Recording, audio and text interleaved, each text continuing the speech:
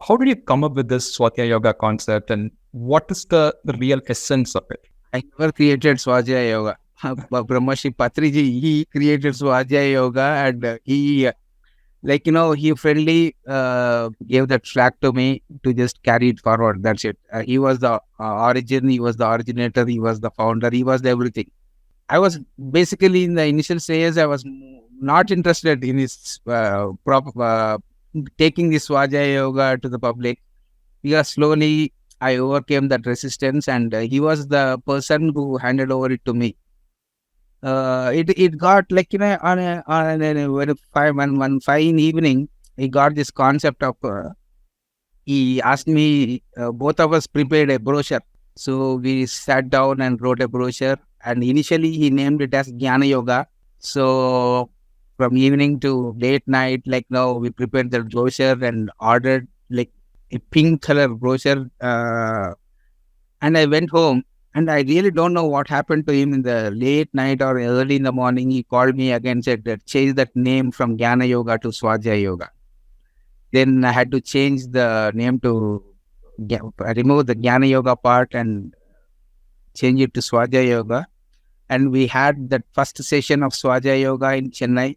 We conducted that session in Chennai. That session was Wisdom of Tarkam Solitarian. So we took all books of Tarkam to Chennai. We introduced all 100 books to Chennai people. For 2 hours, we spoke about those books and came back. That was our first session.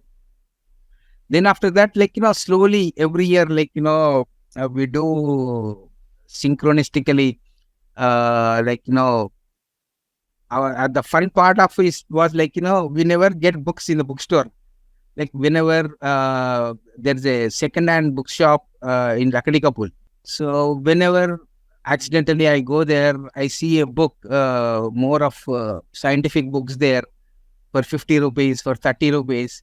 And I really don't know how people sell those books, such condensed books in so much of less rate. Most of the books, Sylvia Brownie or David Hawkins, or most of the books which have been cherished by people, we got in the most least price. That too in second-hand bookstores we get those books. It's like more of a synchronistic thing. Even the Bringers of the Dawn was one of the beautiful experience. One of the foreigner, he came from, I think, from Germany. He was on the way to Puttaparthi. So we were in the Karnool Pyramid. He just came, visited the pyramid, handed over the book, the original Bringers of the Dawn, and he went to Puttaparthi. That is how we got that book, Bringers of the Dawn. And now so many people talking about gradients. But this happened in 98, 97. Somebody on the way to Puttaparthi just handed over the book to us in Karnool Pyramid. That is how we attract books. I really don't know how the universe works, but this is how we have been attracting books throughout my journey with Patri sir.